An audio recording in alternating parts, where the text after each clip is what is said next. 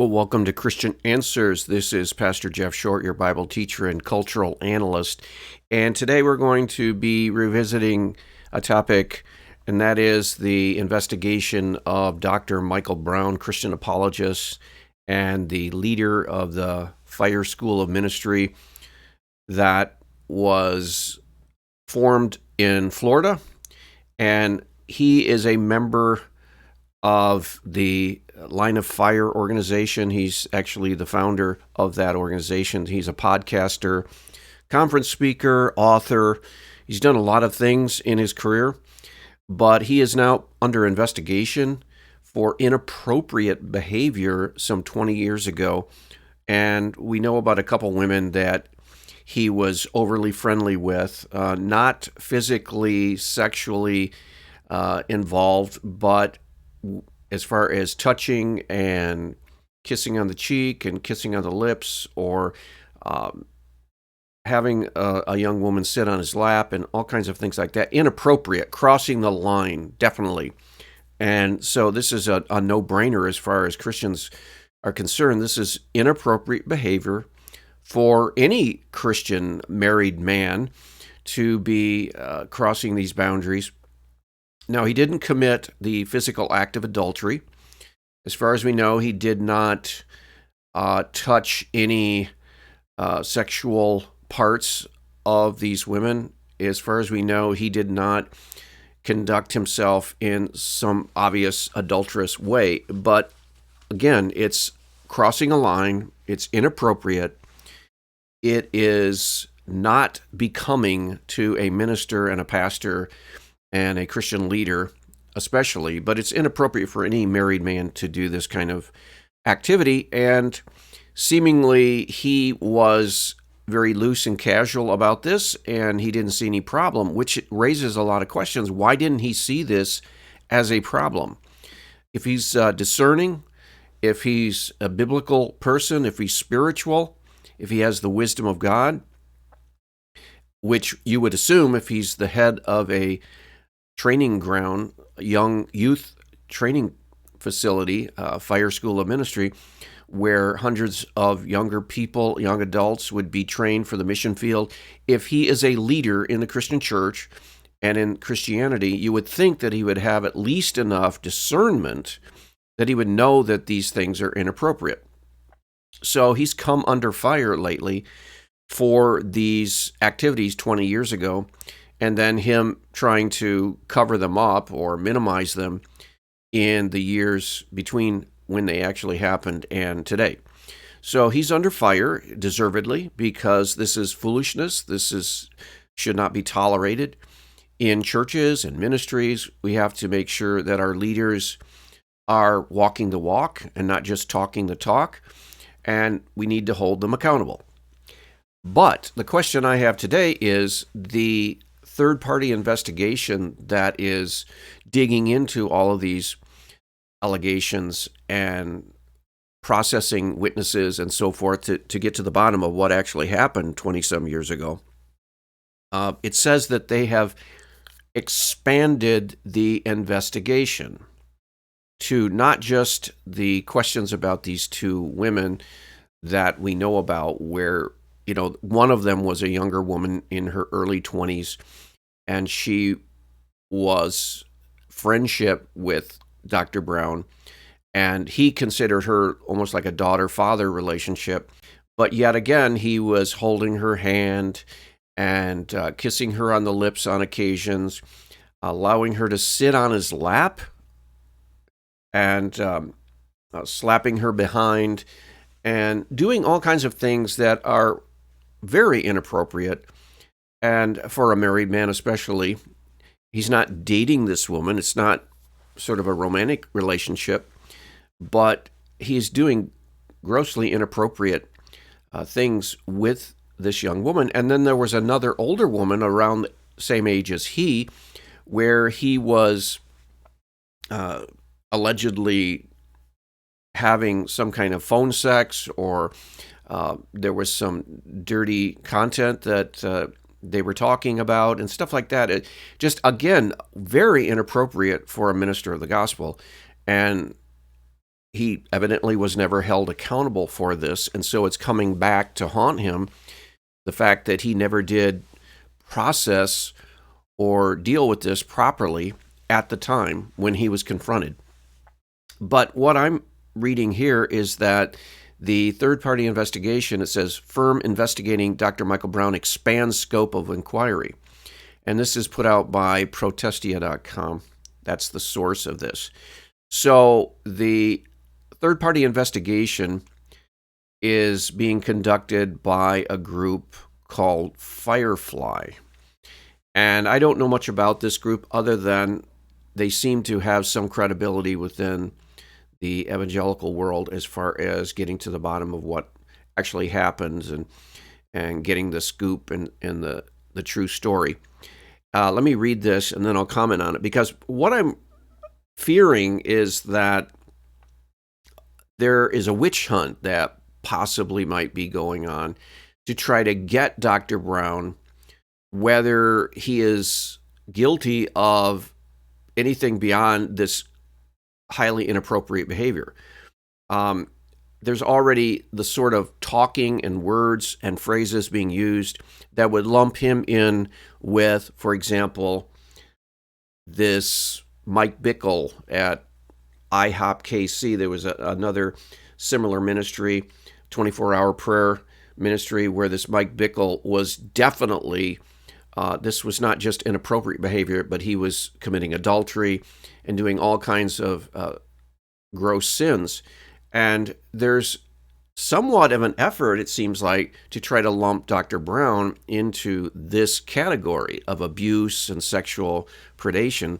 And I think that there are people who are seemingly wanting to try to paint Dr. Brown with this broad brush and lump him in with all of these other gross, immoral characters. And I would say that is totally unfair. So let me just read the article and let me give you an idea what I'm talking about here.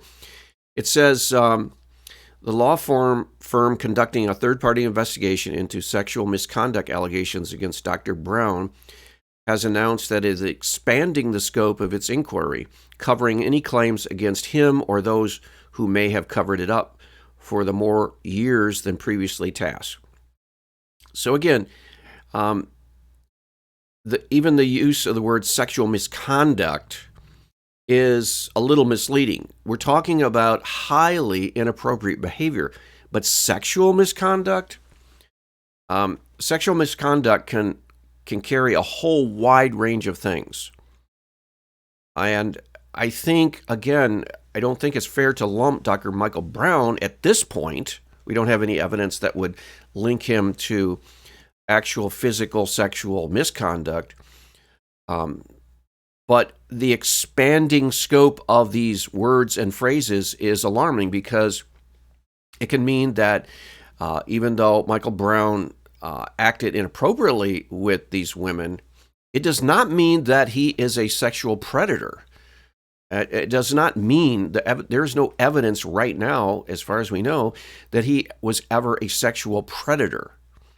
And to lump that upon him is to read his motives and to give him intentions that there is no evidence of right at this point. So we have to be careful as Christians. We want to get to the truth, and we don't want to lead people or mislead people into thinking that this activity that Dr. Brown did, which was foolish, he was too loose, he was too casual with his relationships with the opposite sex.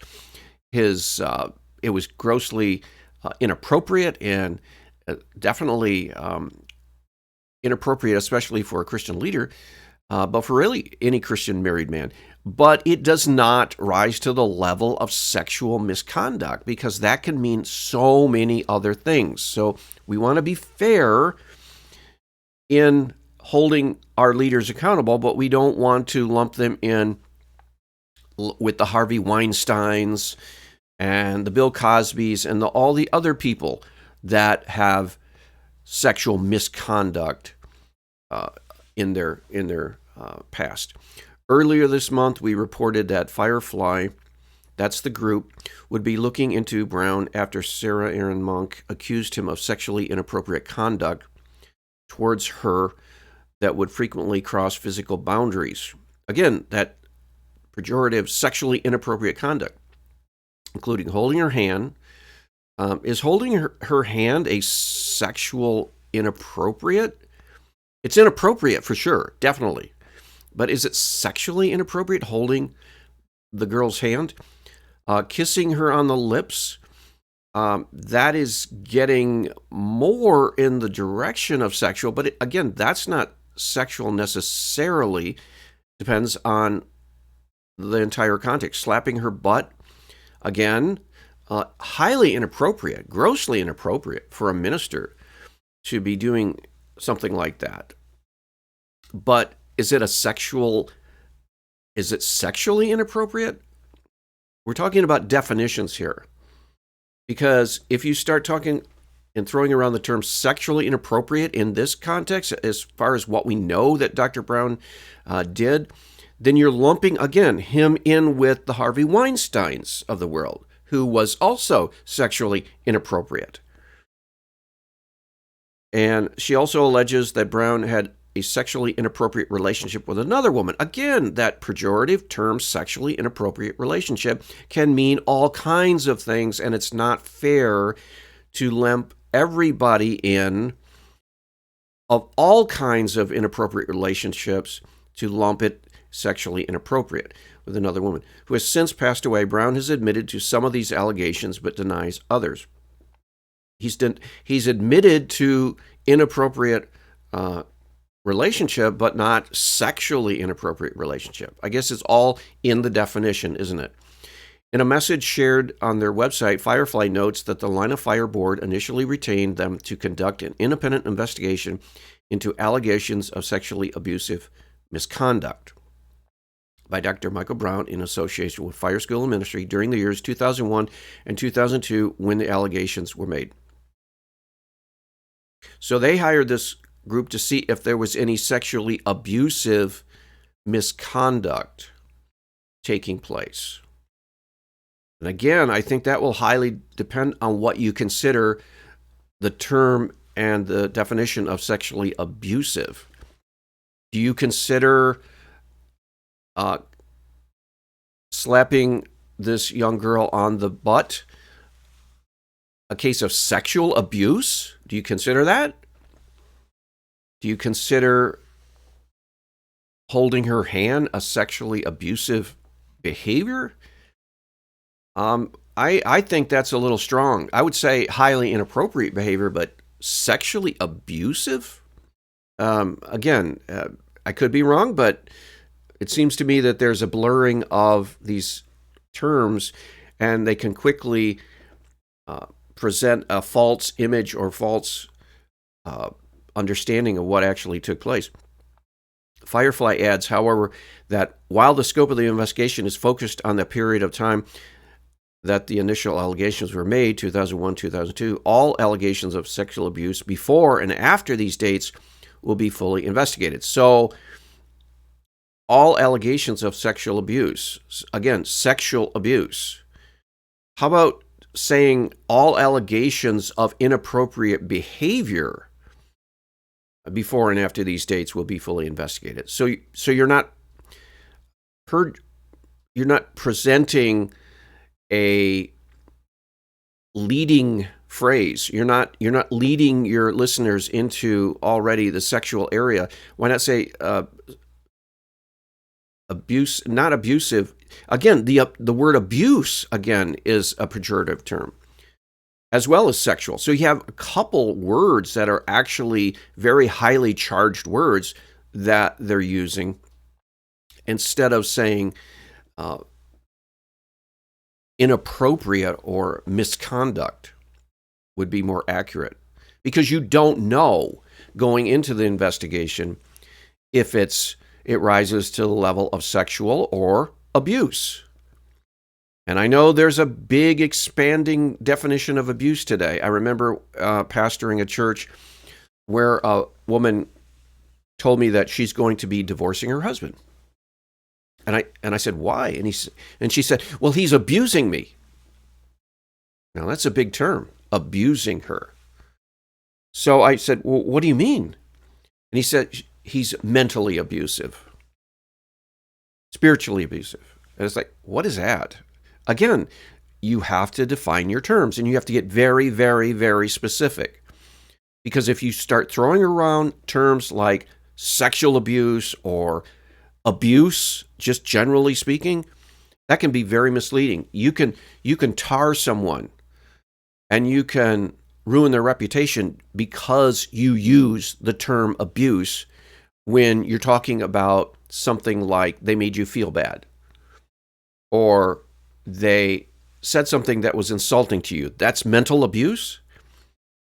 So that person's abuser. So you suffered abuse from that person. Again, you have to be very careful. But I'm thinking that the Firefly organization has to be careful too, because they're supposed to be investigating this, and to find an abuse, you have to know what the definition means.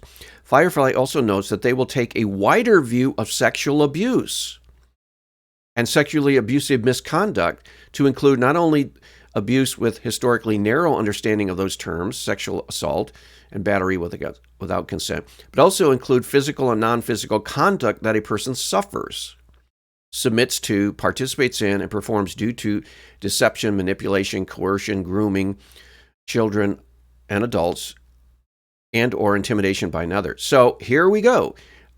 They've expanded their definition of abuse and sexual misconduct to include all kinds of physical, non-physical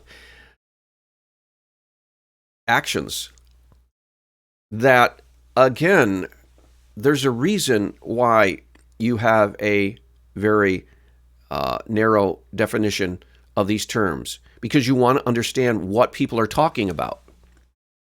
So actually, I think there needs to be some better vocabulary used and more specific so that everybody understands exactly what the term is being used. Because if you don't, you're going to really tar and feather someone, for example, like a Michael Brown. Now, I don't know what took place in the history of Michael Brown's ministry, but I'm not going to accuse him or assume or call what you're investigating sexual abuse until there is actually evidence for that. And so, commenting on this development, Ron Cantor, Bob Gladstone, Keith Collins, Mike Lubanovic, and four former colleagues of Michael Brown released a statement. They encouraged cooperation with the investigation. That's good. Saying that they sat down with the Line of Fire board, whose identities are not publicly known, to ensure that the scope of the inquiry would cover more time than mere 2 years. Okay. That people could report anonymously without the fear of their names being made in public. Okay. I would assume that there would be a credible background check as to who it is that they're talking to and that this person is actually someone who is believable. I would assume that there would be somewhat cross-examination involved so that you can see if the person is exaggerating or fabricating. I hope that there is. I hope they're not going into this thing with the mantra, believe all women, because we all know, just like Duke lacrosse team found out, that women can lie or be mistaken or give false information, and then that can hurt the reputation of men. So I hope that there's built into this investigation all of those safeguards. Because if they're not, if they're just believing statements, like a lot of podcasters are doing right now, they're interviewing supposed witnesses to Michael Brown and letting them tell their story, but is there cross-examination? Is there investigation? You can't just base the evidence on someone's testimony. You have to have cross-examination to find out if they're credible. Okay, that everyone who helped cover it up would be exposed, and whoever is involved in Brown restoration discernment process would be fair and qualified. Okay, so that's good as far as an investigation goes, but you don't want to prejudice the investigation by using terminology and expanding definitions of abuse that might include all kinds of things that a reasonable person would go, no, that's... What if Dr. Brown were holding someone around the shoulder, a woman around the shoulder? Or what if he was touching a woman while praying for her on the shoulder or whatever? And then later, that woman didn't like that and was offended by that and was disturbed by that and then called that abuse. I mean, there has to be a clear definition of what we're talking about, or else, again, you can tar and feather people unfairly. Okay, here's this group. It says, the purpose of this statement is to encourage cooperation with the Firefly investigation into the actions of Dr. Michael Brown. Below is a summary of how we came to this conclusion. 4 weeks ago, we sat down with the Line of Fire board in hopes of making it safe for survivors. That is a pejorative term, survivors. This group is saying they want to make it safe for survivors. That is a highly charged phrase, term, word. Survivors assumes that these are people who have been sexually abused.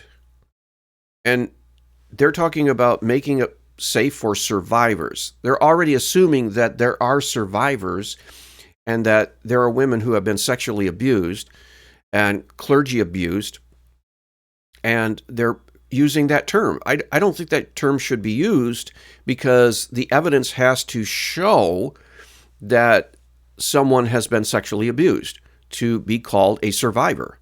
Now, in the case of, for example, the Michigan State University, Larry Nassar, and these gymnastic women, there is a lot of evidence that shows he is guilty of abuse. Okay, they are survivors. They are legitimate survivors. But to go into an investigation of Michael Brown and then talk about survivors of Dr. Brown, this is pejorative language that is already tainting the investigation.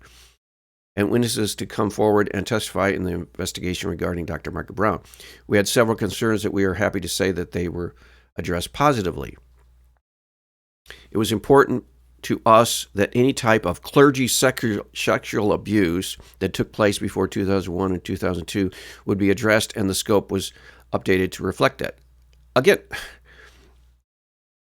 why are you talking in terms of clergy sexual abuse before or after these dates when you don't even know if any ever took place? Again, this is front-loading this accusation against Dr. Brown. Now, I don't know where he's going to eventually stand as far as evidence, but why would you start talking in terms of clergy sexual abuse before the investigation starts?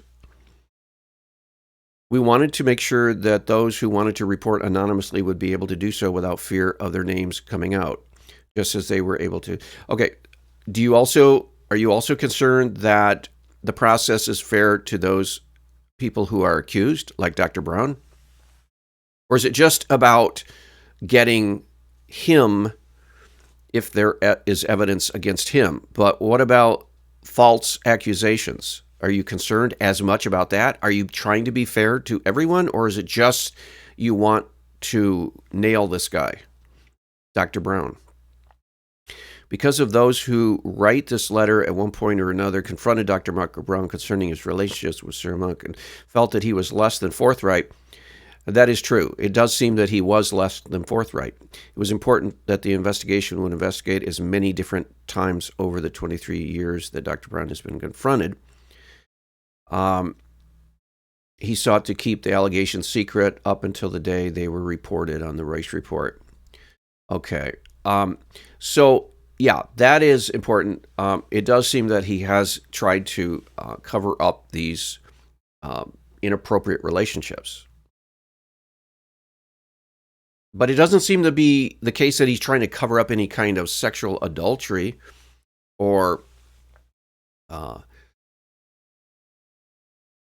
indecent sexual acts like like the Harvey Weinstein and the Bill Cosby and the Mike Bickle and these people who actually were involved in actual sex. It doesn't seem like he's trying to cover up anything like that.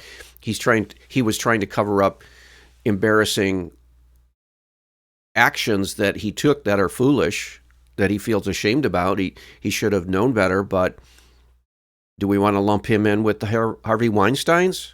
That's what some people seem to do. There are some podcasts on the internet that are actually going through the timeline with these women and saying, see, here, Dr. Brown is grooming them here and grooming them there. You don't know that he's grooming them because you don't know his intent. Because the grooming conclusion would have to come only after you know for sure, and the evidence shows that it was his intent to have a sexual relationship with these women. Because you could take any man in any context and read into his actions some kind of a conclusion that, oh, he was grooming this person or he was grooming that person. But you cannot legitimately make that claim unless you know the intent of the man. And you can't say that Dr. Brown was grooming this woman and grooming that girl because you don't know the intent. Did we have concerns about the team of elders that would be ministering to Mike and deciding what type of discipline or restoration process he would need to go through to regain proper standing in the body of Christ? Okay, so they're just talking about, we have assurance that the Firefly report will be made public same day it was released, just as in this other case. So this group of people that know Dr. Brown and have worked with him are happy with the investigation, and I think it could work out great for Michael Brown if he's telling us exactly what he did, and he's being honest with everybody, and it's no further than just these inappropriate situations with these women. If it's more than that, then yeah, the truth needs to come out and he needs to be confronted. But we don't want to tar Dr. Michael Brown with the label of a clergy sexual abuser or sexual predator or groomer and all these buzzwords and phrases. We don't want to lump him in with these Harvey Weinstein and all of the worst, because that could be the tendency of people once they're on the hunt for something wrong. Expand the definition of abuse, expand the definition of grooming, expand the definition of sexual contact, and you just include people like a Dr. Michael Brown, who may have been grossly inappropriate or foolish, but a sexual predator? I'm not sure. So we'll see what the evidence brings out. Hopefully the truth will be arrived at, and we can find out what is the best response to this. We'll see you back next week. God bless.